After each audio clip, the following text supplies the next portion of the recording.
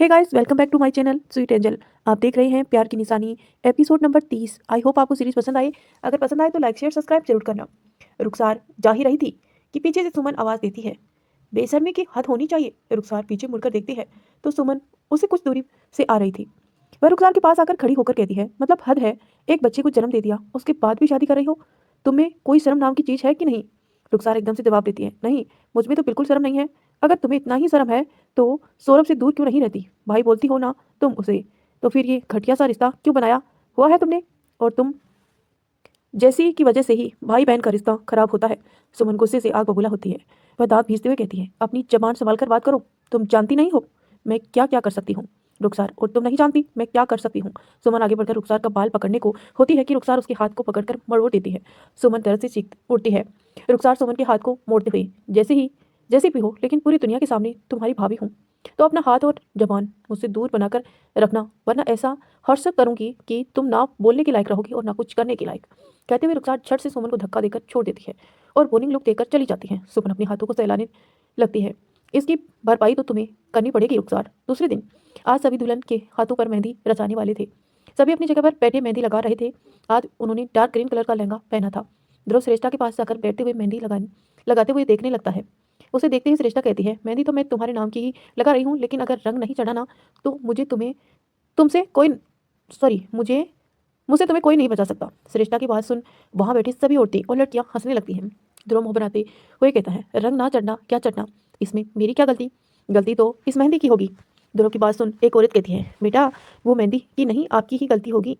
ये मेहंदी का रंग आपके प्यार पर ही निखर निखार लाएगा, आपके प्यार को दर्शाएगा। इस पर ध्रुव कुछ सोचते हुए कहता है, अच्छा, लड़कियों को तो मेहंदी के रंग से पता चल जाएगा कि हम उससे कितना प्यार करते हैं, लेकिन हम लड़कों को क्या? हमें कैसे पता चलेगा कि वो हमसे कितना प्यार करती हैं? क्या लड़कों को ये जानने का अधिकार नहीं है? सभी औरतें हैरानी से ध्रुव को देखती हैं, लेकिन सब ध्रुव की बातों से सहमत भी थे। ध्रुव की बातों को लेकर सब सोच में पड़ जाते हैं। सबको ऐसा देख ध्रुव कहता है, सालों बीत जाएंगे पर इसका जवाब कोई नहीं दे पाएगा, तो बेकार का दिमाग लगाने से अच्छा है अपना अपना काम करे। कहते हुए ध्रुव अपनी जगह से उठकर चला जाता है। सभी अब फिर एक बार मेहंदी लगाने में गुम हो जाते हैं। वहीं प्रिया एकटक बस काव्या के मुस्कुराते हुए चेहरे को देख रही थी, जो मेहंदी लगाते हुए मुस्कुराई जा रही थी। काव्या को मेहंदी लगा रही लड़की कहती है, दीदी आपको अपने हाथ पर दूल्हे का नाम पूरा लिखवाना है या बस पहला शब्द लिखवाना है? ये सुनते ही काव्या को आदित्य का चेहरा अपने सामने दिखने लगता है। वह मुस्कुराते हुए कहती है, हमें उनका पूरा नाम लिखवाना है। सपना तो हद से ज्यादा खुश थी क्योंकि उसकी मेहंदी खुद अनुराग लगा रहा था। अनुराग हर एक चीज में परफेक्ट था। वह हर वक्त कुछ ना कुछ नया करने की कोशिश करते रहता था, जिसका नतीजा ये निकला कि उसे अच्छी तरह से मेहंदी लगाना आता था। सपना के माँ बाप और सपना को इतना कुछ देखकर बहुत ज़्यादा खुश थे और साथ में उनकी आंखों में नमी भी थी। प्रीत की नज़र तो बस प्रियांश पर टिकी हुई थी, जिससे उसकी बेचैनी बढ़ती जा रही थी। प्रियांश का काव्या को प्यार भरी नज़रों से देखना उसके अंदर डर पैदा कर रही थी, अर्जुन को खोने का डर। कुछ वक्त बाद सबकी मेहंदी की रस्म खत्म हो जाती है। काव्या सीधे अपने कमरे में होती है। कमरे में जाकर देखते हैं तो आदित्य सोफे पर बैठकर लैपटॉप पर ऑनलाइन मीटिंग कर रहा था। काव्या सीधे जाकर उसकी गोद में बैठ जाती है और मेहंदी से भरी हाथों आदित्य को दिखाते हुए कहती है, देखिए कैसी लग रही है। आदित्य लैपटॉप की ओर देखता है। Meeting is over. इतना बोलते ही लैपटॉप बंद करके काव्या को देखता है, जो बिल्कुल छोटे बच्चे की तरह खुश हो रही थी। काव्या एकदम से मुंह बनाते हुए कहती है, मुझे भूख लगी है। आदित्य काव्या के होठों को देखते हुए कहता है, मुझे भी। इतना बोलते ही आदित्य सीधा काव्या के होठों को अपने होठों की गिरफ्त में ले लेता है। काव्या की आंखें हैरानी से बड़ी हो जाती है, फिर भी वह अपने हाथों को फैलाए आदित्य को किस करने लगती है। आदित्य काव्या के होठों को पैशनेटली किस कर रहा था। कुछ आधे घंटे बाद आदित्य काव्या के होठों को छोड़ देता है। हमारी भूख अब भी नहीं मिटी है, बोलते हुए काव्या आदित्य के होठों को फिर से चूमने लगती है। करीब 1 घंटा बाद काव्या धीरे से आदित्य के होठों को छोड़ती है तो आदित्य काव्या के कमर पर हाथ रखकर कहता है, अब भूख मिट गई? काव्या नामे सिर हिला देती है। आदित्य मुस्कुराते हुए काव्या के गालों को बाइट करके कॉल करता है। कुछ वक्त में एक सर्वेंट खाना लेकर आती है। आदित्य काव्या को खाना खिलाने लगता है और खुद भी खाने लगता है। प्रीत प्रियांश के कमरे में जाती है तो एकदम से सोक्ट हो जाती है। प्रियांश के कमरे में पूरा अंधेरा था और टीवी में काव्या का वीडियो चल रही थी, जिसे प्रियांश बड़े प्यार से देख रहा था।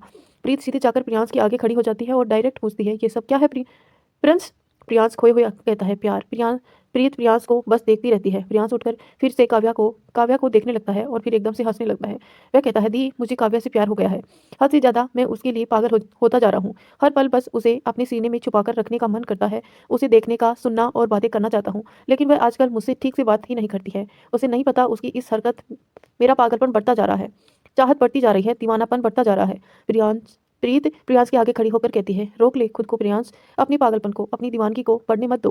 काव्या आदित्य की है और वो दोनों एक दूसरे से बहुत प्यार करते हैं। आदित्य काव्या के लिए तुम्हारी हद से भी ज्यादा पागल है। अगर उसे भनक भी लग हुई तो तुम्हें अपनी जान गंवा दोगे। प्रियांश, कैसे रोकूं मैं खुद को? दी, मैंने खुद को रोकने के लिए हमेशा उससे दूर जाना चाहा, लेकिन हमेशा मैं खिंचता हुआ यहाँ आ जाता हूँ। मैं काव्या को अपने दिल से नहीं निकाल पा रहा हूँ। अब तो मुझे पता नहीं क्या हो रहा है, मैं काव्या को किसी और के साथ नहीं देख पा रहा हूँ। ये सुनते ही प्रीत के अंदर एक अनचाहा डर पैदा होने लगता है। प्रीत घबराते हुए कहती है, नो नो, ये नहीं हो सकता। तुम ऐसे नहीं कर सकते प्रियांश। प्रीत को इतना घबराते देख प्रियांश उसे बेड पर बिठाकर सीधे गले लगा लेता है। काव्या आदित्य की गोद में बैठे एकटक हाथ में लगी मेहंदी को देख रही थी और आदित्य काव्या के खूबसूरत चेहरे को देख रहा था। काव्या आदित्य को अचानक से देखती है और खुद को ऐसे देखता पाकर काव्या बोलती है, ऐसे क्या देख रहे हैं? आदित्य काव्या की गालों को छूते हुए कहता है, तुम मेरी जिंदगी में कब इतनी ज्यादा इंपॉर्टेंट हो गई, मुझे एहसास तक नहीं हुआ। मैंने कभी नहीं सोचा था कि मेरी भी लाइफ नॉर्मल होगी, जिसमें मैं मेरी इतनी क्यूट सी वाइफ होगी।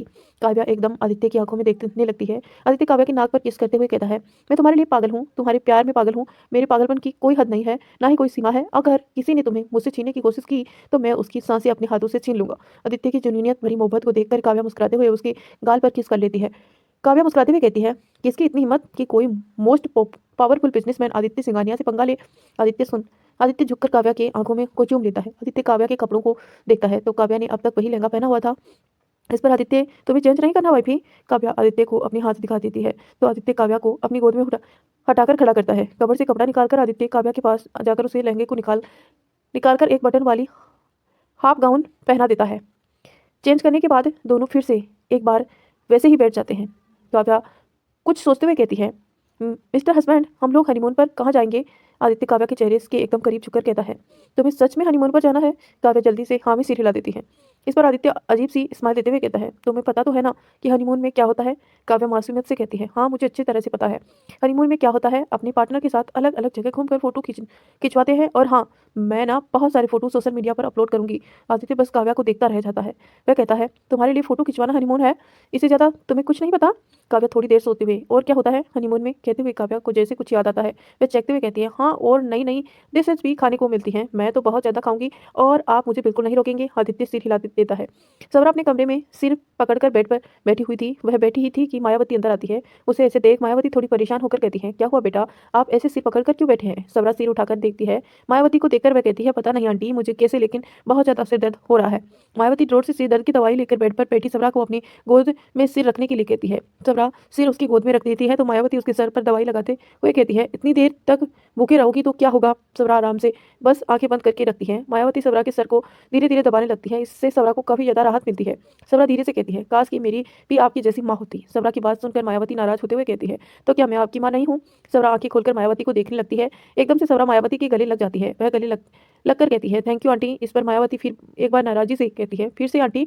सवरा धीरे से कहती है, माँ। ये सुनते ही मायावती के होठों पर मुस्कान आ जाती है। तो आई होप दोस्तों आपने अभी तक स्टोरी को लाइक कर दिया होगा। अगर अभी तक लाइक नहीं किया है तो जल्दी से वीडियो को लाइक करें और चैनल पर नए हैं तो सब्सक्राइब करके नोटिफिकेशन ऑन कर ले ऐसी ही प्यारी प्यारी अनमोल और इमोशनफुल कहानियां सुनने के लिए। अगले दिन शादी वेन्यू पर होने वाली थी, इसीलिए सब इसकी तैयारी कर रही थी। आदित्य स्टडी रूम में से कमरे में आता है। देखता है काव्या बेड पर छोटे बच्चे एक की तरह कपड़े फैलाकर बहुत सारा सामान लेकर बैठी थी। वह कपड़ों और सामान को बड़े प्यार से छू रही थी। उसकी आंखें एकदम से खाली थी। उसके चेहरे पर कोई एक्सप्रेशन नहीं थी। सब देख आदित्य काव्या को गौर से देखता है, जो अब अपने पेट पर हाथ फेर रही थी। हाथ फेरते वक्त काव्या बहुत ज्यादा दर्द में लग रही थी, शायद हमेशा कोक सुनी होने का दर्द हो। आदित्य कदम बढ़ाते हुए एकदम से काव्या के सामने खड़ा हो जाता है। काव्या जैसे ही उसे देखता है झट से अपने पेट से हाथ हटा लेती है और सारे सामान को समेटते हुए रुक रुक कर बोलती है, वो मैं आपके बचपन का सामान देख रही थी। काव्या आदित्य से नजरें चुरा रही थी। वह सारा सामान को समेटकर साइड में रख देती है और वॉशरूम की तरफ जाने को होती है कि आदित्य ने एक आवाज से उसके कदम रुक जाते हैं। वाइफी। काव्या रुककर वैसे ही खड़ी रहती है। आदित्य काव्या के आगे आकर खड़ा हो जाता है। काव्या आप सिर झुकाए खड़ी थी। आदित्य काव्या की चिन को पकड़कर चेहरे को ऊपर करता है। काव्या की नजरें सीधे आदित्य की नजरों से मिल जाती हैं। आदित्य बहुत गौर से काव्या की आंखों में देखता है। कुछ देर तक वह वैसे ही आंखों में देखता रहता है, फिर आंखों में देखते हुए कहता है, आंखें बहुत बहुत कुछ बयां कर रही हैं वाइफी। ये सुनते ही काव्या अचानक से रोने लगती है। आदित्य अब भी बिना एक्सप्रेशन से उसे देखने लगता है। काव्या रोते हुए आदित्य के सीने से लग जाती है और वैसे ही रोते हुए कहती है, मुझे हमारा बच्चा चाहिए। ये सुनते ही आदित्य का फेस धीरे धीरे डार्क होने लगता है। बस काव्या ने आदित्य को पकड़ा हुआ था। आदित्य ने अपनी हाथ नीचे कर रखी थी। काव्या सिर उठाकर आदित्य को देखती है। आदित्य का चेहरा काफी ज्यादा डार्क था। काव्या एकदम से उसे दूर होकर घुटनों के बल बैठकर सिर झुकाए रोने लगती है। काव्या के आंसू बहुत बहते हुए पर्स पर गिरने लगते हैं। ये देखकर आदित्य की मुठ्ठियां कस जाती हैं। वह अपनी आंखें बंद कर कर लेता है। थोड़ी देर बाद आदित्य गहरी सांस लेता है और काव्या के सामने घुटनों के बल बैठ जाता है। काव्या के चेहरे को दोनों हाथों में थामकर उसकी आंखों को पोंछते हुए कहता है, ओके हम बेबी करेंगे।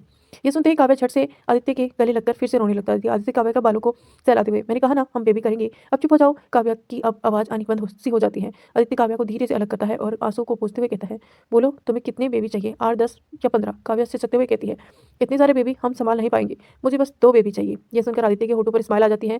उसे स्माइल करता देख काव्या फिर एक बार आदित्य के सीने से लग जाती है। आदित्य प्यार से काव्या के बालों को सहलाने लगता है। कुछ देर तक दोनों के बीच एकदम शांति होती है। दोनों अब भी घुटनों के बल बैठे हुए थे। आदित्य काव्या को उठाकर बेड पर बिठाता है और उसके चेहरे को देखते हुए कहता है, देखो कैसे तुमने रो रो कर अपनी आंखें लाल कर ली। अब देखना शादी में फोटो खिंचवाते समय तुम्हारी फोटो बहुत खराब आएंगी। काव्या अपनी आंखों को छूते हुए आदित्य को देखकर बहुत ज्यादा लाल हो गई क्या? अब मैं चुड़ैल लगूंगी? आदित्य हाँ में सिर हिला देता है। काव्या जल्दी से उठकर ड्रेसिंग टेबल के सामने खड़ी होकर खुद को देखने लगती है।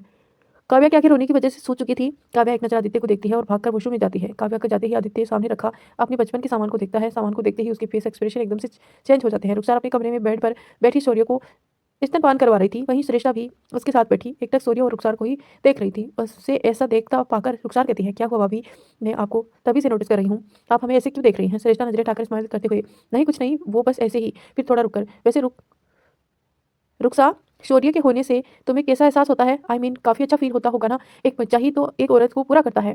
रुखसार मुस्कुराते हुए, हाँ भाभी, माँ बनने से एक अलग ही तरह का सुकून मिलता है। शौर्य के होने से मुझे ऐसा लगता है जैसे खुशियाँ खुद चलकर मेरे कदमों में आई हैं। एक अलग ही फीलिंग है जो सिर्फ एक माँ महसूस कर सकती है। श्रेष्ठा गौर से रुखसार की सारी बातों को सुन रही थी।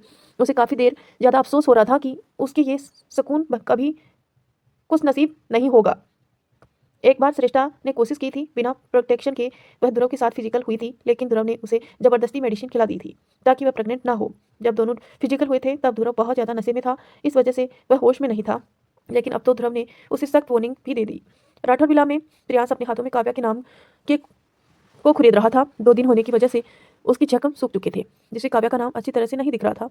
उसके खुरीदने से फिर से खून निकल रहा था।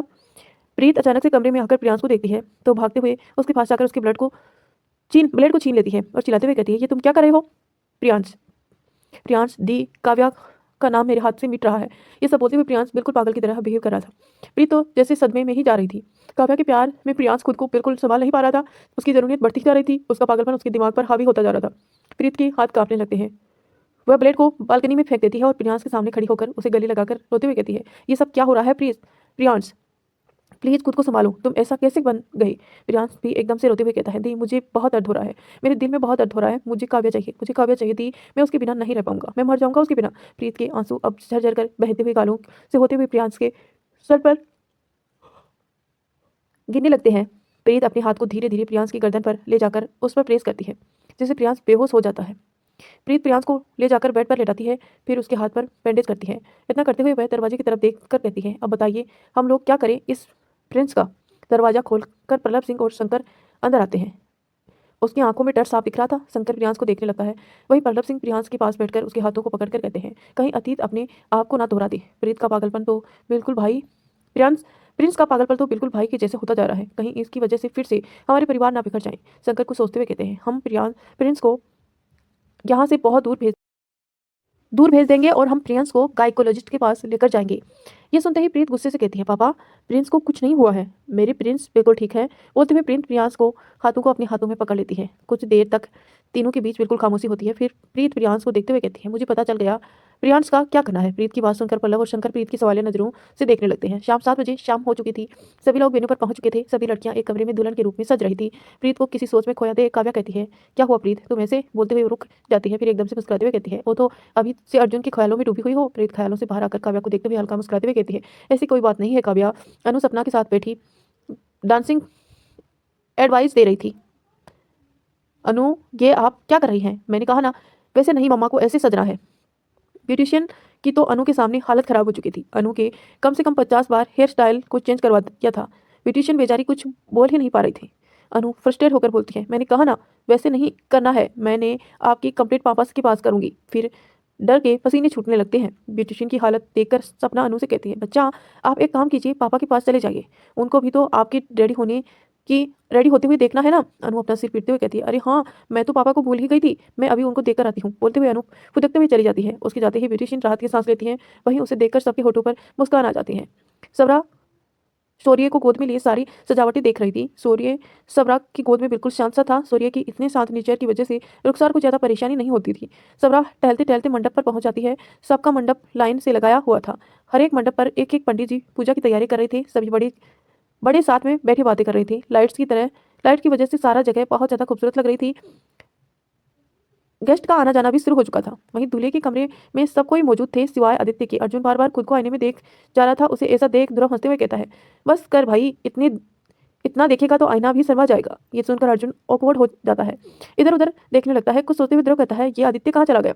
सौरभ अपने कुर्तों को ठीक करते हुए कहता है। अकेलेपन में ध्रुव सूर्य को देखता है। सौरभ ध्रुव की ओर देखकर, आदि दूसरे कमरे में है। ध्रुव आदित्य के अकेले रहने की वजह से बिल्कुल अपरिचित था, जिसकी वजह से उसे ये बहुत अजीब लगता है। फिर भी वह कोई सवाल नहीं करता। तसंत एकदम से जोर से बोलता है, ओ माय गॉड। उसके ऐसा बोलते ही सब उसकी तरफ देखते हैं। तसंस की नज़र अपने सामने खड़े अनुराग पर थी। सब कोई जब अनुराग को देखते हैं तो उसकी आंखें फटी की फटी रह जाती हैं। तसंस अनुराग को ऊपर से नीचे तक देखते हुए, अरे यार, तू तो दूल्हे में नंबर 1 लग रहा है। अनुराग, ये मेरी कलाकारी नहीं है, बोलते हुए वह सामने से हट जाता है। उसके हटते ही सभी सामने देखते हैं तो एक लड़का जो अनुराग को रेडी कर रहा था, उसकी हालत बहुत ज़्यादा खराब थी और उसके साथ ही अनु चेयर पर बैठी हुई थी। अनु को देखकर तसंत जल्दी से उसके पास जाकर कहता है, अनु, क्या ये सब तुमने करवाया? अनु प्राउडली हाँ में सिर हिला देती है। इस पर तसंत जल्दी से कहता है, अनु प्लीज मुझे भी अनुराग की तरह तैयार होने में हेल्प कर दो ना। अनु तसंत को ऊपर से नीचे तक देखती है, फिर मुंह फेरते हुए कहती है, बिल्कुल नहीं, आज मेरे पापा सबसे हैंडसम लगेंगे। कोई नहीं। यह सुनकर तसंत का मुंह बन जाता है। वहीं सब अनु की बात और तसंत का चेहरा देखकर हंसने लगते हैं। तो आई होप दोस्तों आपको स्टोरी पसंद आ रही होगी, क्योंकि स्टोरी आपने आखिरी पड़ाव पर चल रही है और आपको पसंद आ रही है तो प्लीज़ लाइक करना और कमेंट करके बताना। तैयारियां पूरी हो चुकी थी। मंडप पर सभी दूल्हे बैठे हुए थे। सब एक से बढ़कर एक लग रहे थे। अभी उन्हें इंतजार था तो सिर्फ अपनी दुल्हनों के आने का। पंडित जी मंत्र पढ़ते हुए पूजा में जुटे हुए थे। पंडित जी मंत्र पढ़ते पढ़ते ही कहते हैं, कन्या को बुलाइए। ये शब्द सभी पंडित एक ही लफ्ज में कहते हैं। उनके ये कहते ही 6 दुल्हनों को दिल जोर से धड़कने लगता है। मिले तो वह पहले भी थे, लेकिन उन्हें आज एक अलग ही रूप अपने पार्टनर को दिखाने वाला था। तभी 6 जोड़ी घुंघरू की पायल की आवाज़ एक साथ आने लगती है। सबकी नज़र उस आवाज़ की तरफ जाती है। आवाज़ की ओर सभी दुल्हन एक कतार में आ रही थी। दुल्हन के जोड़े में उनका रूप बहुत ज़्यादा निखर रहा था। अर्जुन की नज़रें बस प्रीत पर टिकी हुई थी। दुल्हन के जोड़े में उसको देख अर्जुन को अपने बचपन के पल याद आने लगते हैं, जिस पल प्रीत अपनी शादी पर अलग अलग तरह के लहंगे डिजाइन और सजावट के बारे में बात किया करती थी। आदित्य तो काव्या को देखकर जैसे उसी में खो गया। जब उसकी पहली शादी हुई थी उस वक्त भी काव्या ने एक डिजाइनर लहंगा पहनी, बिल्कुल दुल्हन जैसे ही सजी थी। लेकिन हालातों की वजह से आदित्य ने अपनी दुल्हन को नहीं देखा था। थोड़ी झलक जरूर देखी थी, लेकिन उस पर गौर नहीं किया था। सभी दुल्हन मंडप पर जाकर अपने पार्टनर के पास बैठ जाती हैं। उसके बैठते ही पंडित जी मंत्र पढ़ना शुरू करते हैं। अर्जुन थोड़ा प्रीत की ओर झुककर कहता है, जान, आज तो तुम मेरी जान लेकर ही छोड़ोगी। प्रीत शर्माते हुए अपनी नजरें झुका लेती है। अर्जुन मुस्कुराते हुए ठीक से बैठ जाता है। काव्या के आते ही आदित्य उसका हाथ पकड़ लेता है। ये महसूस होते ही काव्या मुस्कुराते हुए सामने की ओर देखने लगती है। कुछ वक्त पूजा करने के बाद पंडित जी की आवाज़ आती है, वरमाला के लिए खड़े हो जाइए। पंडित जी के अल्फाज को सुनते ही सभी अपनी अपनी जगह खड़े हो जाते हैं। वरमाला हाथों में ले एक दूसरे को पहनाते हैं।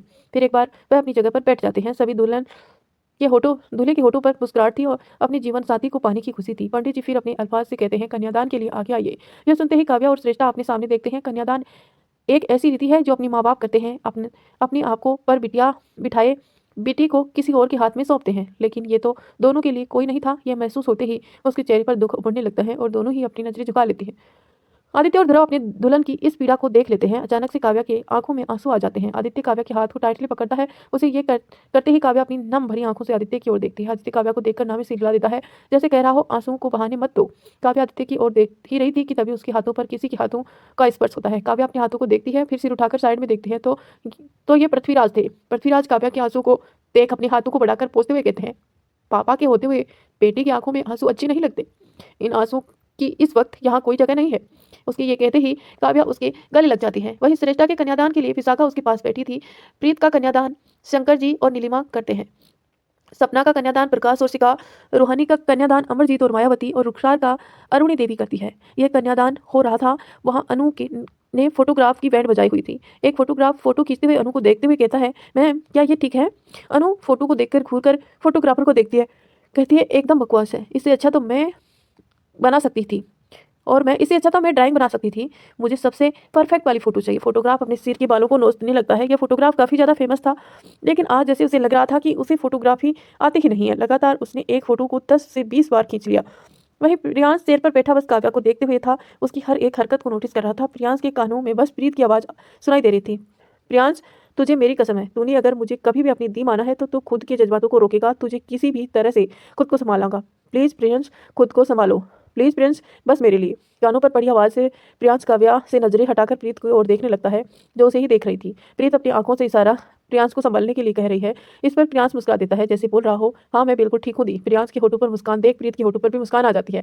मंडप पर अब फेरे भी शुरू हो जाते हैं। अनु जाकर सीधे प्रियांश की गोद में बैठ जाती है। प्रियांश बिल्कुल असमंजस में पड़ जाता है। अनु प्रियांश को देखते हुए कहती है, आप यहाँ अकेले बैठे हैं तो मुझे लगा आपको किसी की कंपनी की जरूरत है। प्रियांश के होठों पर एकदम से मुस्कुराहट आ जाती है। वह अनु की गाल को खींचते हुए कहता है, थैंक यू।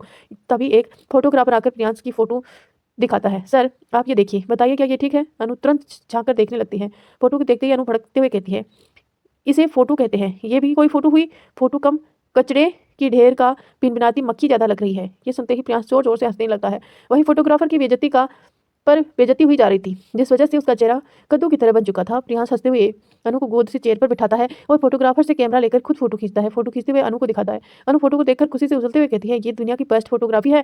फोटोग्राफर भी फोटो को देखता है तो उसे ज़्यादा कुछ डिफरेंट नहीं लगता। प्रियांश कैमरे को फोटोग्राफर को देते हुए कान में धीरे से कहता है, जब इस बच्ची को फोटो दिखाओ तो अनुराग और सपना ही फोटो में होनी चाहिए, वरना। बोलते हुए प्रियांश अनु की ओर इशारा करता है तो फोटोग्राफर तुरंत वहां से भाग जाता है। मंडप पर पंडित जी के मंत्रों के साथ कहते हैं, कन्या का मंगलसूत्र पहनाइए। अर्जुन थाल में मंगलसूत्र लेकर प्रीत की ओर झुकता और मंगलसूत्र पहनाते हुए कहता है, इस मंगलसूत्र से आज तुम मुझसे पूरी तरह से बन जाओगी। ये बंधन कभी नहीं टूटेगा, ना तुम्हारे कहने पर ना ही मेरे चाहने पर। इतना बोलते ही अर्जुन प्रीत के गालों पर किस करके पीछे हट जाता है। प्रीत अर्जुन को देखने लगती है। आदित्य काव्या की आंखों में देखते हुए मंगलसूत्र पहनाते हुए कहता है, ये बंधन कोई नया नहीं है, पर फिर भी अब इसके एहसास बहुत अलग हैं, जो मुझसे तुम्हें हमेशा बंधे रखेंगे। एक पल भी दूरी की गुंजाइश नहीं होगी। काव्या अब एकटक बस आदित्य की आंखों में देखी जा रही थी। सभी के मंगलसूत्र बांधते ही फिर एक बार पंडित जी की आवाज आती है, कन्या की मांग में सिंदूर भरिए। यह सुनते ही सभी दूल्हों के हाथ में लाल रंग के सिंदूर से होकर दुल्हनों के माथे पर ठहर जाती है। सभी एक साथ दुल्हन की मांग में सिंदूर भरते हैं। उनके ऐसा करते ही दुल्हनों की पलकें नीचे हो जाती हुई बंद हो जाती हैं। सिंदूर के कुछ कण उसके नाक पर आकर ठहर जाते हैं। सभी दूल्हे एक साथ आगे झुककर दुल्हनों के माथे को चूम लेते हैं। इसी के साथ शादी संपन्न हो जाती है। उसे की गवाही के लिए सभी पंडित जी एक साथ कहते हैं, शादी संपन्न हुई। ये सुनते ही सभी के होठों पर एक खुशी भरी मुस्कान बिखर सी जाती है। सभी मंडप से उठकर बड़ों का आशीर्वाद लेते हैं। वहीं सब रात दूर खड़ी ये सब देखकर अपने कदम पीछे करते हुए वहां से जाने लगती है। वह एकदम से मुड़कर तेज कदमों से वहां से जाने लगती है। किसी की भी नजर उस पर नहीं थी। सभी शादी के रीति रिवाज में व्यस्त थे। सबरा चलते चलते कुछ मेहमानों के साथ छिपते हुए उस जगह से चली जाती है, क्योंकि आदित्य और ध्रुव के बॉडीगार्ड सब तरह से पहरा दे रही थी। सबरा को इस पल का इंतजार था कि कब वह सिंघानिया विला से बाहर निकले, और आज तो सभी सिंघानिया विला में नहीं थे। सभी एक बड़े से होटल पर थे और मेहमानों की भीड़ में सबरा को यहाँ से भागने का मौका भी मिल गया। अब सबकी विदाई की रस्म शुरू हो जाती है। रुखसार सभी के गले लगते हुए अपनी आंसुओं को बहाए जा रही थी। उसे ऐसा देख सबकी आंखें नम सी थी। श्रेष्ठा की आंखें नम देख ध्रुव उसके कान में कहता है, बेबी तुम्हें तो विदाई का कोई टेंशन ही नहीं। शादी के पहले भी मेरे साथ थी और शादी के बाद भी तुम मेरे साथ ही रहोगी। श्रेष्ठा अपनी नम आंखों से ध्रुव को देखती है। ध्रुव श्रेष्ठा के हाथों को कसकर पकड़ते हुए कहता है, don't cry baby, I don't like your tears. Shreshtha रुंधी आवाज में, अब तुम मेरी हर चीज पर हक जताओगे, मुझे तुमसे शादी ही नहीं करनी चाहिए थी। ध्रुव अफसोस जताते हुए, ओ क्या कर दिया बेबी, अब तो शादी हो चुकी। यह सुनते ही श्रेष्ठा चिढ़ते हुए ध्रुव के सीने पर मारने लगी। ध्रुव हंसते हुए उसे गले से लगा लेता है। रुखसार सूर्य और सौरभ के साथ कार में बैठ जाती है और पूरा परिवार को नम आंखों से देखती है। कुछ ही पल में दुल्हन जैसे सजा कार वहां से निकल जाता है। अपनी नजरों से परिवार को खोता देख रुखसार सौरभ के सीने से लगकर रोने लगती है। सौरभ रुखसार के सर को सहलाते हुए उसके माथे को चूम लेता है। रुखसार के जाते ही अब बारी रूहानी की आती है। रूहानी मायावती और अमरजीत के गले लग रोने लगती है। रूमानी अपनी दी को ऐसे देखकर खुद भी रो रही थी। तभी अचानक उसके कानों पर आवाज आती है, विदाई तुम्हारी नहीं हो रही है। रूमानी अपनी साइड में देखती है तो ये वंश था। उसे देख अचानक ही रूमानी वंश के गले लग जाती है। वंश तो जैसे सोख ही रह जाता है। रूमानी वंश के गले लगकर रोने लगती है। वह रोते हुए कहती है, जैसे मुझे परेशान करते हो वैसे मेरी दी को बिल्कुल मत करना, वरना मैं दी को वापस लेकर आ जाऊंगी। फिर तुम्हारी भाभी और मेरे जीजू सन्यासी बनकर रह जाएंगे। ये मैं सिर्फ बोल ही नहीं रही हूँ, करके भी दिखा सकती हूँ। वंश मुंह बनाते हुए कहता है, तुम मुझे रिक्वेस्ट कर रही हो या मुझे धमकी दे रही हो? ये सुनते ही रूमानी वंश के गले लगे हुई ही सीने पर मारने लगती है। दोनों को ऐसा देख सबकी नम आंखों के साथ खुशी भरी मुस्कुराहट आ जाती है।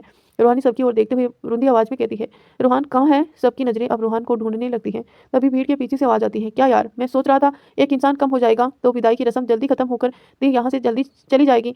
सभी आवाज की तरफ देखते हैं जहाँ रूहान खड़ा होता है। रूहानी भागते हुए जाकर सीधे रूहान के गले लग जाती है। रूहान भी कसकर रूहानी को पकड़कर आंखों में नमी लिए कहता है, I will really miss you दी। कुछ ही देर में रूहानी की विदाई भी हो जाती है। अब प्रीत और सपना दोनों ही अपने परिवार बिछड़ने के गम में आंसू बहाई जा रही थी। अनुराग की गोद पर थी और वह सपना को रोता हुआ देखकर कहती है, मम्मा आप रो क्यों रही हैं? आपको मेरे पापा जैसा इतना अच्छा हैंडसम और पति मिला है, उसके लिए खुश नहीं है। सभी लोग अनु की आंखें फाड़े देखने लगते हैं। सपना अपना सिर उठाकर अनु को देखकर रुंधी आवाज में कहती है, जब आपकी शादी होगी तब आपको पता चलेगा। अनु एटीट्यूड में कहती है, मैं तो बिल्कुल नहीं रहूंगी।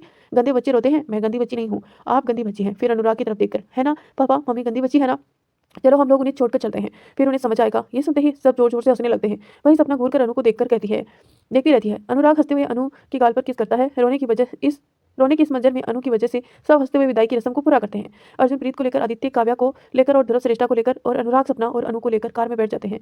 इसी के साथ उन सभी की विदाई की रस्म संपन्न होती है। सब अपनी अपनी घर के लिए निकल जाते हैं। तो आई होप दोस्तों आपको ये कहानी पसंद आ रही होगी। अगर पसंद आ रही है तो वीडियो को लाइक करें और चैनल पर नए हैं तो सब्सक्राइब करके नोटिफिकेशन ऑन करें, ताकि जब भी मैं वीडियो डालूं आपको तुरंत नोटिफिकेशन मिले। सबके जाते ही वेन्यू वाला जगह में एकदम सन्नाटा छा जाता है। सन्नाटे के बीच प्रियांश धीरे धीरे अपने कदम बढ़ाते हुए मंडप की ओर जाने लगता है। वह उसी मंडप की ओर जाता है जहां आदित्य और काव्या बैठी थे। प्रियांश जहां आदित्य बैठा था उस जगह पर बैठ जाता है। बैठते ही वह अपने हाथों को आगे बढ़ाता है और उसके हाथ बढ़ाते ही और एक हाथ आगे आकर प्रियांश के हाथों को थाम लेता है। प्रियांश मुस्कुराते हुए उसे देखने लगता है। काव्या मुस्कुराते हुए प्रियांश के हाथों को थाम उसे देख रही थी। प्रियांश, आप आ गए, मुझे पता था आप जरूर आएंगे। काव्या बस मुस्कुराते हुए प्रियांश को देख रही थी। प्रियांश काव्या के हाथों को चूम लेता है और फिर एक बार उसकी ओर देखने लगता है। काव्या अभी मुस्कुराते हुए उसे देख रही थी। प्रियांश काव्या की गाल पर हाथ रखकर कहता है, मैं आपके बिना नहीं रह सकता, आज मुझे आपको अपना बनाना है। काव्या एकटक प्रियांश को देखने लगती है। प्रियांश मंडप पर रखी सिंदूर को एक नजर देखता है, फिर काव्या की ओर देखकर कहता है, हमें आपकी इजाजत चाहिए, हर पल आपको अपना बनाने के लिए। काव्या बस पल की झपका देती है। प्रियांश सिंदूर को अपनी चुटकी में लेता है और काव्या की मांग में भर देता है। उसके ऐसा करते ही काव्या अपनी आंखें बंद कर लेती है। प्रियांश मुस्कुराते हुए आगे बढ़कर सीधा काव्या के गले लग जाता है। प्रियांश की हरकतों को एक बॉडीगार्ड खड़ा दूर से नोटिस कर रहा था। ये बॉडीगार्ड शंकर जी ने प्रियांश के पीछे लगाया हुआ था। बॉडीगार्ड को यह समझ नहीं आ रहा था कि प्रियांश मंडप पर किसके साथ बैठा है, क्योंकि मंडप पर कोई नहीं था सिवाय प्रियांश के। प्रियांश की हर एक हरकत को बॉडीगार्ड रिकॉर्ड कर रहा था। प्रियांश खुद भी काव्या को इमेजिंग करते हुए उससे बात भी कर रहा था और उसे अपना प्यार भी जता रहा था। सुनसान रास्ते पर सबरा चलती जा रही थी। तभी उसे अंधेरे से एक आवाज आती है, सोना तुम आ गई। सोना सबरा के कदम एकदम रुक जाते हैं। वह सामने की ओर देखने लगती है। सामने एकदम अंधेरा था। उसे अंधेरे को चीरते हुए एक लड़का बाहर आता है। उसके होठों पर बड़ी सी मुस्कान थी। उसे देखकर सबरा अपने कदम पीछे करने लगती है। वह लड़का आगे आते हुए, ना ना ना ना जान, तुम ऐसे मुझसे भाग नहीं सकती। इतने दिनों बाद तो तुम मुझे मिली हो और फिर से मुझे तड़पाने पर तुली हुई हो। तुम्हें पता है ना, अगर मेरी दीवानगी ने असर दिखाना शुरू कर दिया तो दर्द सिर्फ तुम्हें होगा। सबरा अपनी कदम रोककर एकटक बस उसे देखती रहती है। वह लड़का अपने हाथ को फैलाकर, आओ जान, मैं हमेशा तुम्हें अपनी बाहों में छुपाकर रखना चाहता हूँ। सबरा को अचानक से कुछ एहसास होता है। वह जल्दी से भागकर सीधा जाकर उस लड़के के गले लग जाती है। उसे ऐसा करते ही वह लड़का सबरा को टाइटली पकड़ लेता है और उसके कानों में जुनूनियत से कहता है, मोहब्बत तुम मेरी, जुनूनियत तुम मेरी, दिल धड़कने की वजह सिर्फ तुम हो। अब ना कभी हमारे बीच कोई आएगा और ना ही मैं आने दूंगा। सबरा चुपचाप उसके गले लगी रहती है। वह लड़का सबरा को अपनी बाहों में उठाकर कार की ओर लेकर चला जाता है और कार में बैठकर खुद भी बैठ जाता है। कार को बढ़ते ही वह फिर से सबरा को अपनी बाहों में भर लेता है और उसके माथे को चूम लेता है। उसी के साथ काफी स्पीड से वहां से चला जाता है। सिंघानिया मेला में सभी द्वार पर पहुंचते हैं। गृह प्रवेश की तैयारियों में विशाखा द्वार पर कलश रखती है। फिर उसके आगे आलता की थाल। प्रीत एक नजर अर्जुन को देखती है, फिर मुस्कुराते हुए कलश को गिराकर आलता की थाल पर पैर रखकर अपने कदमों की छाप देते हुए अर्जुन के साथ अंदर आती है। उसके अंदर आते ही विशाखा फिर से एक कलश रखती है और आलते की थाल बदलकर दूसरी वाली थाल रखती है। काव्या आदित्य के हाथों को थामे कलश को गिराकर आलते की थाल पर पैर रखकर अपने कदमों को छापते हुए अंदर आती है। सबके घर प्रवेश होते हैं उसे और उन्हें कमरे में ले जाया जाता है। कुछ समय बाद प्रीत अर्जुन के कमरे में बेड पर बैठी हुई थी। कमरे का दरवाजा खुला था और अर्जुन अंदर आकर दरवाजे को लॉक कर देता है। अर्जुन के आते ही प्रीत की धड़कनें एकदम से तेज हो जाती हैं। अर्जुन चलते हुए प्रीत के सामने बेड पर बैठ जाता है। प्रीत अपनी नजरें झुकाए हुई थी। अर्जुन बहुत गौर से प्रीत को देखता है, फिर अपने हाथों बढ़ाकर उसके हाथ को पकड़ लेता है। अर्जुन के ऐसे करते ही प्रीत सिर से उठती है। अर्जुन प्रीत के हाथों को चूम कर कहता है, कितने पलों का इंतजार आज मुकम्मल हुआ है। तुम मेरी और मैं तुम्हारा बन गया हूँ। प्रीत धीरे से अपनी पलकें उठाकर अर्जुन को देखती है। अर्जुन प्रीत की नाक पर लगी नथनी को निकालते हुए कहता है, रीतियों से तो तुम मेरी बीवी बन चुकी हो, अब बस तुम्हारी रूह को अपना बनाना है। प्रीत एकटक अर्जुन को देखने लगती है। अर्जुन प्रीत की सारी ज्वेलरी को निकालकर उठाता है और अपनी शेरवानी को निकाल देता है। प्रीत नर्वस होकर लहंगे में मुट्ठी बना लेती है। अर्जुन प्रीत के माथे को चूमता है और उसे सीधे से लिटाकर उसके लहंगे को दुपट्टे को निकालकर फेंक देता है। प्रीत कसकर अपनी आंखें बंद कर लेती है।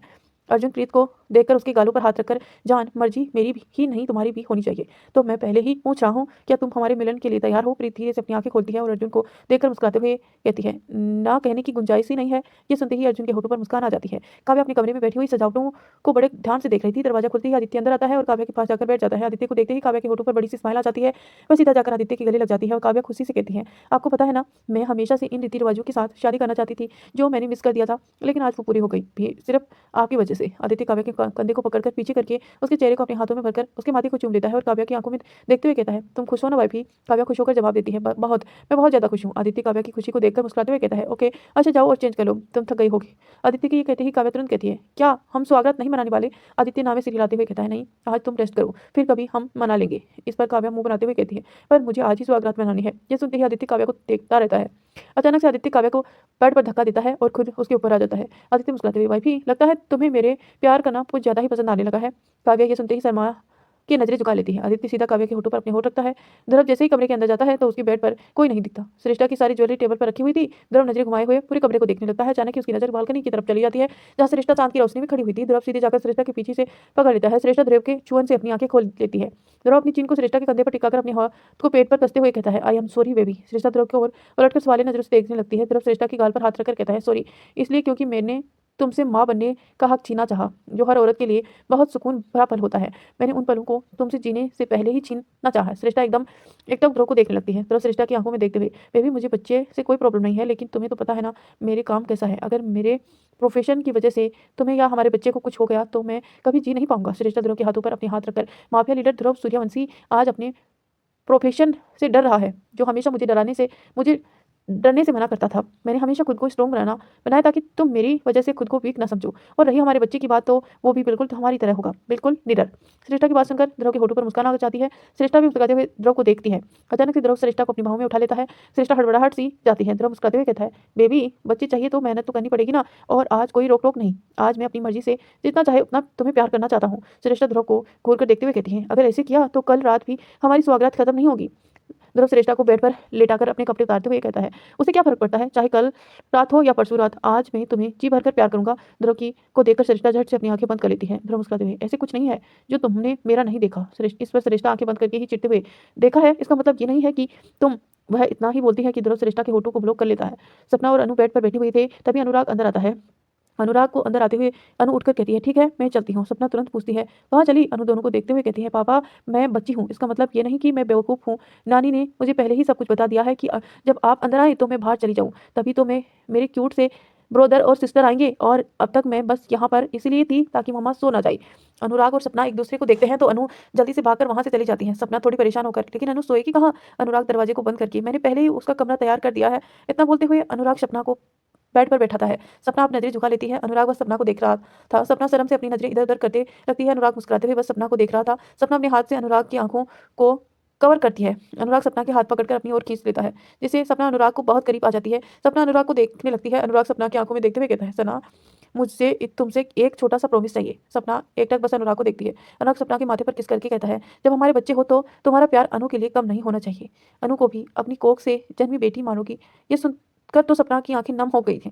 सपना एकदम से अनुराग के गले लगकर कहती है, हर पल मैं बस इसी परेशानी में रहती थी कि मुझसे जो शादी करेगा क्या वो कभी अनु को अपना पाएगी, उसके पापा जैसा प्यार दे पाएंगे। अनु और मैं बहुत खुश किस्मत है जो आपके जैसा पापा और पति दोनों मिले।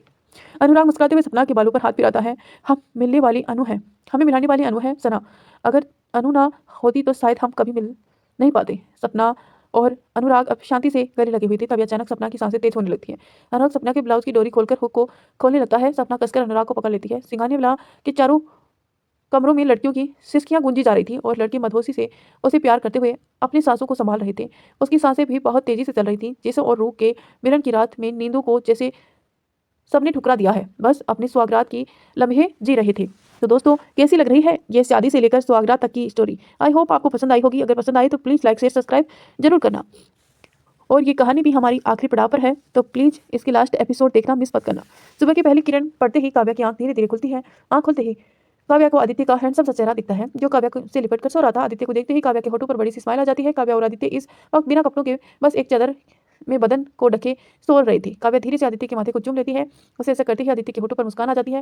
वह काव्या को कमर से पकड़कर खींच लेता है। काव्या का खुद को छुड़ाते हुए, छोड़िए हमें हमें जाना है। आदित्य आंखें बंद करके नींद भरी आवाज में, नो वाइफी मुझे और सोना है। काव्या अपनी कोशिश जारी करते हुए, प्लीज छोड़ दीजिए, आपको सोना है तो सो जाइए, लेकिन हमें जाने दीजिए, नीचे सब मेरा इंतजार कर रही होंगी। आदित्य धीरे से आंखें खोलकर काव्या के मासूम चेहरे को देखता है। उसे देखते ही आदित्य और ज्यादा करीब खींचकर उसे कसकर पकड़ लेता है। ऐसा करते ही वह अपनी आंखें बंद कर लेती है। काव्या बेचारी सी शक्ल बनाकर आदित्य को देखने लगती है। वह ये महसूस होते ही आदित्य काव्या को छोड़ देता है। काव्या खुद कुछ आदर से लपेटकर वॉशरूम में भाग जाती है। प्रीत अर्जुन के चेहरे को एकटक बस देखी जा रही थी, तभी अर्जुन आंखें बंद करके, जान ऐसे ही देखती रहोगी तो आज रात का सारा काम मैं अभी कर दूंगा।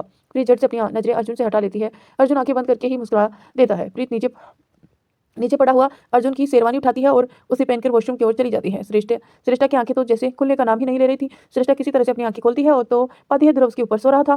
श्रेष्ठा ध्रुव से अलग होती है, तभी उसे कुछ एहसास होता है, जिसे उसकी आंखें हैरानी से बड़ी हो जाती है। ध्रुव कसाते हुए श्रेष्ठा से कसकर लिपटा हुआ था। श्रेष्ठा ध्रुव को उठाने लगती है। ध्रुव आंखें खोलकर श्रेष्ठा को देखता है। श्रेष्ठा उसे घूरकर देखते हुए, ध्रुव तुम कब तक मुझे परेशान करते रहोगे, और अब तक तुमने मुझे छोड़ा ही नहीं। ध्रुव नींद भरी आवाज में, बेबी मैं तुम्हें प्यार करते करते ही सो गया तो तुमसे अलग होना भी भूल गया। श्रेष्ठा ध्रुव को पूरी तरह से खोने लगती है। ध्रुव आंखें खोलकर मासूम सा चेहरा बनाकर कहता है, बेबी इस नींद ने सब कुछ बर्बाद कर दिया, तुम्हें अच्छे से प्यार करने भी नहीं दिया। तो मैं सोच रहा था क्यों ना अभी एक राउंड। उसने इतना बोलते ही श्रेष्ठा ध्रुव को जोर से धक्का देती है और खुद को अच्छी तरह से कवर करके कहती है, तुम हवसी इंसान, पहले ये बताओ तुम्हें नींद कब आई। ध्रुव उबासी देते हुए, यही आधा घंटा या 1 घंटा पहले। श्रेष्ठा की आंखें हैरानी से बड़ी हो गई। वह टाइम देखती है तो सुबह के 6 बज रहे थे। श्रेष्ठा जल्दी से शर्ट पहनकर उठने को होती है तो उसे लोअर पार्ट पर दर्द होने लगता है। श्रेष्ठा ध्रुव को घूरकर, तुम फिर से वाइल्ड हो गए थे। ध्रुव बेचारा सा फेस बनाकर, सॉरी बेबी, पता नहीं कैसे लेकिन मैं वाइल्ड हो ही जाता हूँ। श्रेष्ठा ध्रुव को घूरते हुए धीरे धीरे वॉशरूम की ओर जाने लगती है, लेकिन अचानक ही ध्रुव श्रेष्ठा को उठाकर वॉशरूम चला जाता है। अनुराग और सपना एक दूसरे से लिपटे सो रहे थे।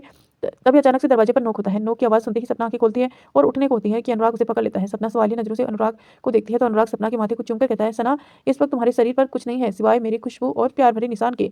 सपना खुद को देखती है और नजरें नीचे की तरफ चली जाती है। वह देखती है तो उसके सारे कपड़े पर्स पर थे। ये सब देखकर सपना की बीती रात में अनुराग का प्यार करना याद आ जाता है, जिससे उसके गाल शर्म से लाल हो जाती है। अनुराग मुस्कुराते हुए उठता है। अनुराग ने इस वक्त नीचे पैंट नहीं पहनी थी और उसके ऊपर बदन पर कोई कपड़ा नहीं था। अनुराग अपना पैंट पहनता है और अनुराग सपना को चादर से अच्छी तरह से लपेटकर वॉशरूम में लेकर चला जाता है। वॉशरूम के अंदर जाकर सपना को खड़ा करता है और वापस जाने लगता है कि सपना को अनुराग की पीठ पर उसके नाखून के निशान दिखने लगते हैं। ये देखकर सपना को बहुत बुरा लगने लगता है। तभी उसे अनुराग की आवाज़ आती है, इससे भी गहरे निशान मैंने दिए हैं सना, ये प्यार की निशानी है तो इस पर बुरा मानने वाली बात नहीं है। इतना बोलते ही अनुराग वॉशरूम के दरवाजे को बंद करके और सपना एक नज़र दरवाजे की ओर देखती है, फिर आईने में के सामने जाकर खड़ी होकर चादर हटाकर खुद को देखने लगती है। उसके बदन पर जगह जगह पर लव वाइट के निशान थे। कुछ वक्त बाद चारों किचन में पहुंच जाते हैं। चारों को देख विशाखा जी को सामान को रखते हुए, मैंने सारी तैयारी कर दी है, आप लोगों को जो बनाना है बना लीजिए, ठीक है। चारों मुस्कुराते हुए झुककर विशाखा जी की पैर छूते हैं। विशाखा जी आशीर्वाद देते हुए, हमेशा खुश रहिए। चारों सीधे होते हैं। प्रीत विशाखा को लेकर किचन से बाहर डाइनिंग टेबल की ओर ले जाकर कहती है, माँ आज से नाश्ता सिर्फ आपकी बहुएं बनाएंगी तो अब आप यहीं बैठिए। काव्या गिलास में जूस लाते हुए, हाँ और आप ये जूस पीजिए, कल आपकी तबीयत बिल्कुल ठीक नहीं थी। विशाखा जल्दी से कहती है, काव्या मैं ठीक हूँ। काव्या विशाखा को जूस हाथ में देकर, कोई बहाना नहीं माँ। विशाखा मुस्कुराते हुए जूस लेकर पीने लगती है। प्रीत और काव्या दोनों साथ में, ठीक है माँ, अब हम पहली रसोई की रस्म शुरू करते हैं। विशाखा हमें सिर हिला देती है तो दोनों किचन में चली जाती हैं। किचन में पहुंचते ही प्रीत कहती है, मैं तो मीठे में खीर बनाने वाली हूँ और पूरी बनाऊंगी। काव्या भी जल्दी से कहती है, मैं पराठे और गाजर का हलवा बनाऊंगी। श्रेष्ठा और सपना एक दूसरे को देखने लगती हैं। दोनों एक साथ कहती हैं, हम दोनों क्या बनाएं। प्रीत और काव्या दोनों को देखते हुए कुछ देर सोचती हैं, फिर काव्या कहती है, तुम दोनों सब्जियां बना लो। श्रेष्ठा और सपना हाँ कहती हैं तो तीनों अपने काम में खुशी खुशी जुट जाती हैं।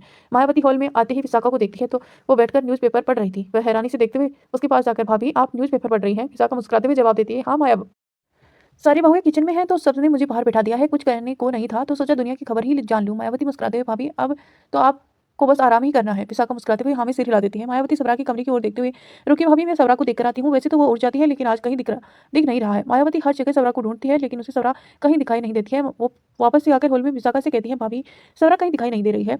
तो विशाखा कहती है कि हो सकता है शायद वो गार्डन में हो। किचन में काव्या कुछ सोचते हुए कहती है, तो स्वागत कैसी रही सबकी। इस पर प्रीत जवाब देती है, जैसे तुम्हारी वैसे ही हमारी भी। सपना प्रीत की बात पर बस हामी भर देती है। अब सबकी नजरें श्रेष्ठा पर थी जो बहुत ज्यादा थकी हुई दिख रही थी। श्रेष्ठा, क्या तुम दोनों स्वागत सुबह तक चलती रही। श्रेष्ठा खुद से ही बड़बड़ाते हुए, राक्षस कहीं का, खुद के मजे के लिए लेते हुए ये तक नहीं सोचता कि उसके प्यार करने का असर मेरे शरीर में दिखता है। श्रेष्ठा के बड़बड़ाते हुए तो तीनों एक दूसरे को देखते हैं। फिर श्रेष्ठा को फिर से कहती है, क्या हुआ श्रेष्ठा, सब ठीक तो है ना। श्रेष्ठा एकदम से चिढ़ते हुए कहती है, अरे क्या बताऊं, उस बेशरम ने सुहागरात मनाते मनाते सुबह 5 बजे मुझे छोड़ा और मुझे तो इस बात का होश ही नहीं। मैं तो शायद 1 या 2 बजे ही सो गई थी। सभी आंखें फाड़ी श्रेष्ठा को देखते हैं। वहीं श्रेष्ठा आंखें बंद करके अपने दांतों के बीच में जीभ को दबा लेती है। अचानक से तीनों जोर जोर से हंसने लगते हैं। काव्या हंसते हुए, लगता है काफी जोर से बेबी प्लानिंग चल रही है, इसीलिए ध्रुव इतनी मेहनत कर रहा है। श्रेष्ठा शर्मिंदा से अपनी नजरें चुराने लगता है और उसकी हरकतों से तीनों और ज्यादा जोर से हंसने लगते हैं। श्रेष्ठा चिढ़ते हुए कहती है, अब बस भी करो ना हंसना, वरना सबके मुंह में एक एक लड्डू ठोसते हुए। प्रीत अपनी हंसी को रोकते हुए, चलो सबका हो गया है तो नाश्ता लगाते हैं। सब डाइनिंग टेबल पर हमारा इंतजार कर रहे होंगे। इस वक्त तक सब डाइनिंग टेबल पर आ चुके थे। रूहानी और रुखसार को ना पाकर सबको थोड़ा खालीपन लग रहा था जो सबके चेहरे पर झलक रहा था। विशाखा खाली भरी पलों को खुशियों में डालते हुए अरुणी देवी से कहती है, माँ आज नाश्ता आपकी चारों पोता बहुओं ने बनाया है। अरुणी देवी डाइनिंग टेबल पर नाश्ते को देखते हुए कहती है, फिर तो आज हम थोड़ा ज्यादा ही खाएंगे। ये सुनते ही सबके चेहरों पर थोड़ी सी खुशियां आ जाती हैं। आदित्य काव्या को बैठने के लिए कहता है लेकिन काव्या उसे अपनी नजरों से ही मना कर देती है। इस पर आदित्य काव्या को चिमटी काट लेता है तो काव्या जोर से चीख पड़ती है। काव्या, सबकी नजरें एकदम से काव्या पर चली जाती हैं। काव्या एम्बैरेसिंग होकर मुस्कुराने लगती है। सबकी नजरें अब नाश्ते पर चली जाती हैं तो काव्या घूर कर आदित्य को देखती है। आदित्य फिर से इशारे में बैठने के लिए कहता है। इस पर अरुणी देवी की आवाज आती है, आप लोग प्लीज बैठ जाइए ना, आप भी नाश्ता कीजिए। काव्या अरुणी देवी के कहते ही बैठ जाती है। काव्या के बैठते ही आदित्य काव्या के हाथ को पकड़ लेता है। काव्या खुद के हाथ को छुड़ाने लगती है लेकिन आदित्य टाइटली उसका हाथ पकड़ लेता है। काव्या घूर कर उसे देखने लगती है। सब कोई नाश्ता करने लगते हैं और आराम से इस पल को एंजॉय कर रहे थे। सब सुबह की शुरुआत सबके नाश्ते के साथ होती है। शाम को माया हॉल में आकर मायावती के पास आकर कहती है, मैम हर जगह हमने देख लिया लेकिन सबरा कहीं नहीं है। वो शादी के बाद से ही सिंघानिया विला में नहीं आई है। ये सुनते ही हॉल पर बैठी विशाखा, मायावती और श्रेष्ठा शॉक्ड हो जाती हैं। श्रेष्ठा एकदम से कहती है, इसका मतलब सबरा यहाँ से भाग गई। वहीं गार्डन में प्रियांश जल्दी से उसी जगह पहुंचता है जहाँ हमेशा काव्या और प्रियांश मिला करते थे। प्रियांश आकर देखता है तो काव्या बेंच पर बैठी हुई थी। उसके चेहरे को कोई एक्सप्रेशन नहीं थी। प्रियांश काव्या के पास जाकर खड़ा होकर कहता है, क्या हुआ, आपने मुझे इतना अर्जेंटली यहाँ बुलाया है? काव्या सिर उठाकर प्रियांश को देखती है। काव्या का चेहरा देखकर प्रियांश को जैसे एक सुकून सा मिलता है। काव्या बेंच से उठकर खड़ी हो जाती है और कहती है, अपना हाथ दिखाइए। प्रियांश असमंजस में काव्या को देखता है। प्रियांश को कुछ रिएक्ट ना करता देख काव्या तेज आवाज में कहती है, हमें कहा आपका हाथ दिखाइए। प्रियांश काव्या को देखते हुए अपने दोनों हाथों को काव्या के सामने करता है। काव्या प्रियांश के बाएं हाथ के शर्ट के बटन को खोलकर ऊपर करने लगती है। तभी प्रियांश काव्या को रोकते हुए, ये आप क्या कर रही हैं? काव्या गुस्से में प्रियांश को घूरते हुए प्रियांश काव्या को रोकते हुए हाथ पीछे करने लगता है। काव्या प्रियांश की शर्ट के ऊपर से पट्टीबंदी देख लेती है।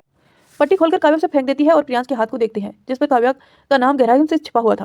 प्रियांश के हाथ को काव्या देख नहीं पाती है और अपनी आंखें कसकर बंद कर लेती है। प्रियांश का हाथ इस तरह से कटा हुआ था जिसे देखकर किसी के लिए प्रॉब्लम नहीं जिसे देखना किसी के लिए पॉसिबल नहीं था। प्रियांश काव्या को एकटक देख रहा था। थोड़ी देर तक काव्या वैसे ही आंखें बंद करके खड़ी रहती है। फिर अचानक ही अपनी आंखें खोलकर एक जोर का थप्पड़ प्रियांश के गाल पर जड़ देती है। तो इसी के साथ इस कहानी को यहीं ऐड करते हैं। मिलते हैं नेक्स्ट पार्ट में। तब तक के लिए आप चैनल को सब्सक्राइब करके नोटिफिकेशन ऑन कर लीजिए और इस वीडियो को लाइक कर दीजिए। कमेंट करके जरूर बताना कि आपको ये स्टोरी कैसी लगी।